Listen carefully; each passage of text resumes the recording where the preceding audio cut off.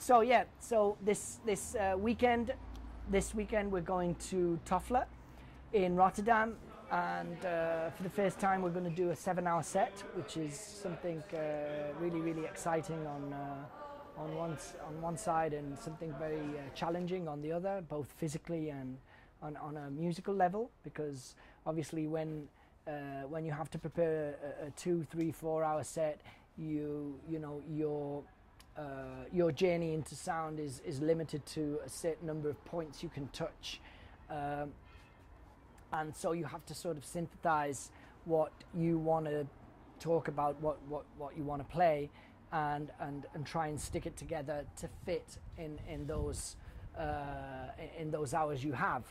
You know, a 7-hour set is completely different, because obviously you have to prepare 7 hours of music at home, which means you have to be ready not just to do a 2-hour techno or house or tech house set, or an opening sort of house, you know, house set, but you have to be ready to go through a number of genres that go from like a very deep, minimal, raw, sort of, you know, even chill out at the end of the day, because we start at 11, so it's going to be chill out till people start to come, and then it's going to be a little bit of minimal, and there are different kinds of minimal. There's sort of raw, more kind then of minimal that comes up. Then we have some records that bring us from the minimal music to the tech house music, and then we go a bit of tech house, not the easy like sort of tech house, but the good tech house,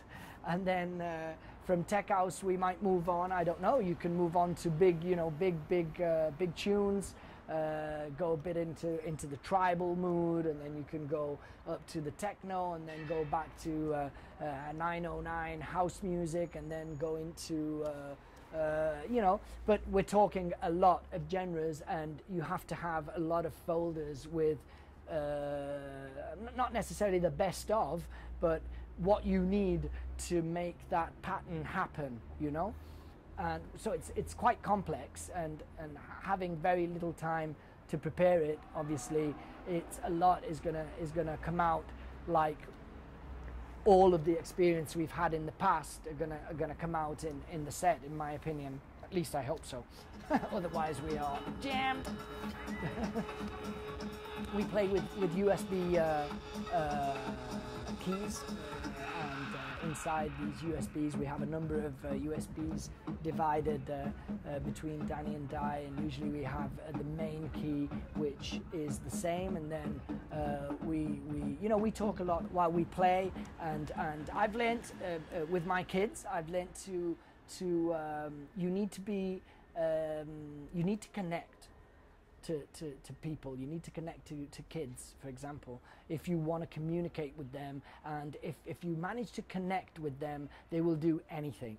And I believe that this is the same thing with adults, and especially between Danny and Di. Obviously we're not perfect, and we're nowhere near perfection, but we're very connected, and I would say overall we work a lot on connecting ourselves, and that means a lot, because if you connect, you're on a very positive page both, and you're very willing to learn from the other person, and that's why I think Flashmob works so well, because we are both very much willing to let, you know, very concentrated on what is important to the project, but on the other side also willing to connect with each other, to let the other person experiment, but always, you know, being on track, and that's very important, because being a duo, it's not easy to play together, it's not easy to work together and do so many things together, but yeah, connecting I think is the key point between us and with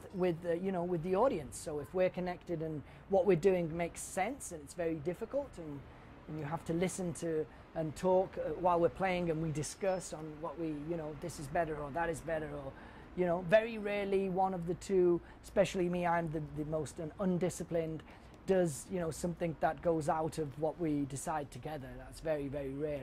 And the next step is bringing your connection to the connection you have with the crowd.